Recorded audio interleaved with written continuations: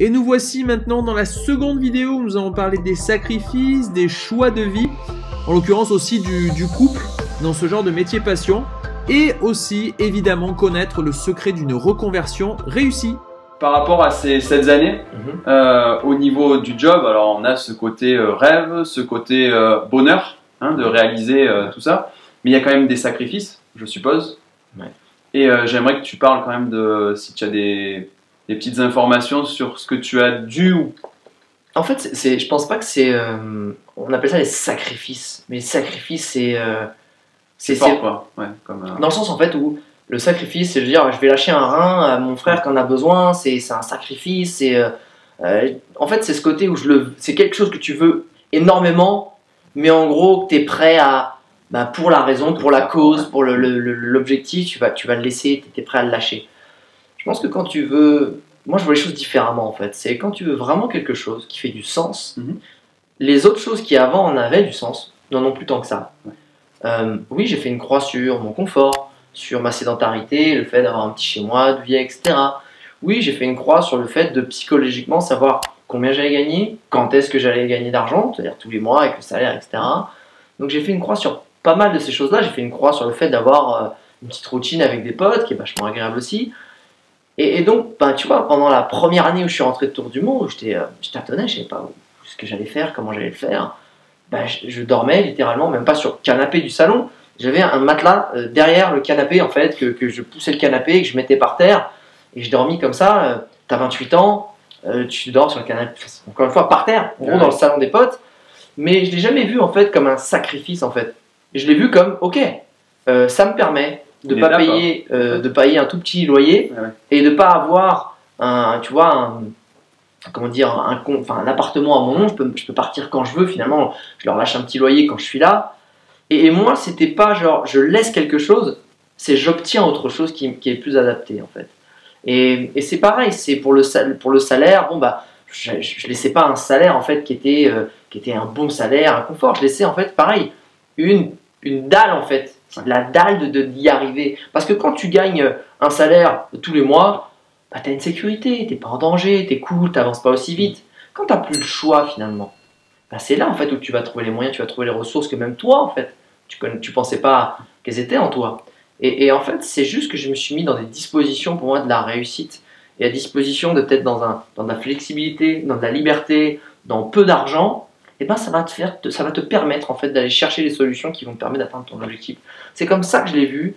Et les sacrifices, ça n'en était pas, en fait. C'était simplement des choix qui m'ont permis d'aller vers l'objectif que je souhaitais. C'est une étape, en fait, au final. Exactement. Et voilà, aujourd'hui, j'ai de nouveau un appartement, je gagne de nouveau bien ma vie. Alors même si là, je suis de nouveau dans une réorientation, donc pas forcément, mais c'est pareil, c'est des choix, en fait. C'est comment tu vas utiliser tes skills, tes compétences de ton chapitre précédent. Et quand tu passes sur le prochain, tu vas t'en servir comme outil pour aller beaucoup plus vite pour t'accomplir sur le prochain chapitre, tout en ce qui est un moment de temps mort, entre guillemets, de sécurité, de rentrée d'argent, etc. Mais c'est ça, en fait, c'est comment tu fais pour t'es là, tu lâches tout pour peut-être être là. Et là, ça ne veut pas dire forcément de l'argent, ça veut dire du bien-être, ça veut dire de la liberté, ça veut dire de l'épanouissement, etc. Et en fait, quand tu vas recharger de chapitre, c'est comment en fait tu vas remettre moins de temps encore par rapport au précédent, d'apprentissage, de recréer un univers qui te met bien. C'est comme ça que je le vois, en fait.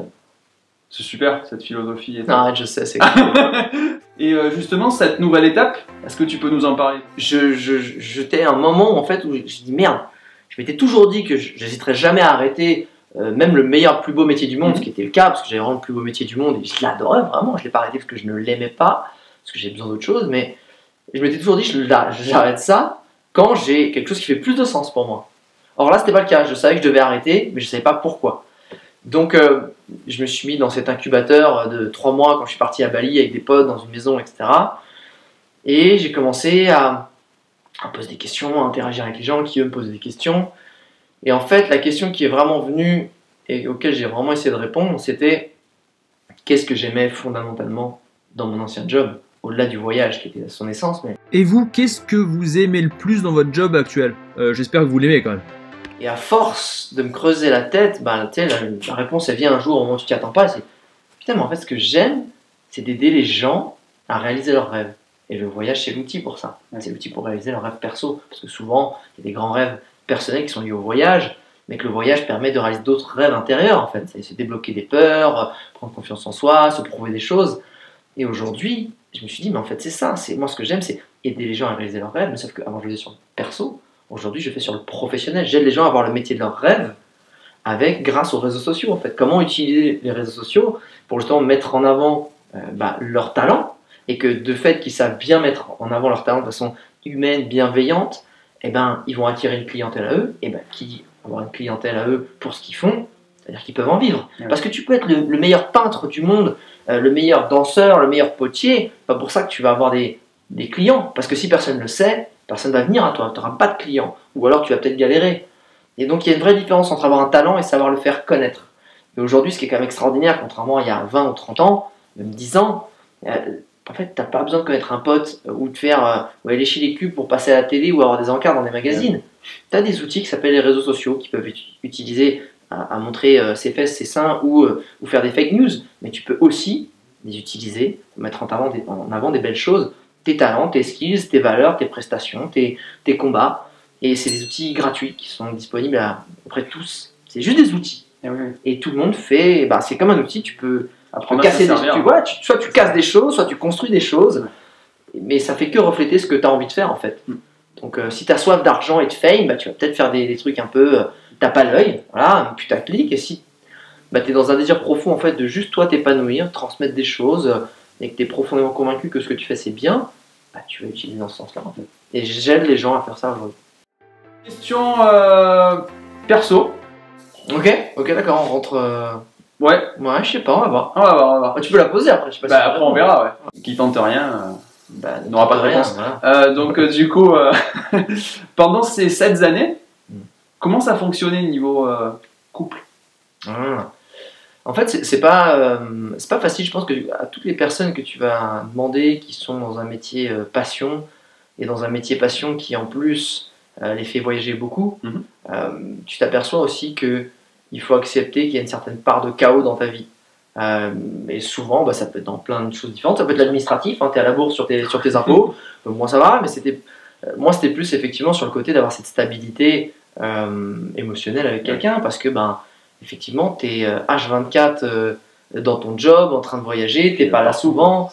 Si la personne n'est pas avec toi, elle ne te voit pas souvent. Donc, c'est pas quelque chose, effectivement, qui a été facile. C'est quelque chose que j'ai accepté, on va dire, de mettre, pas de côté, mais de moins prioriser, même si quand j'étais avec quelqu'un, je me donnais à fond, je me donnais à fond dans ce que je m'étais déjà engagé à faire.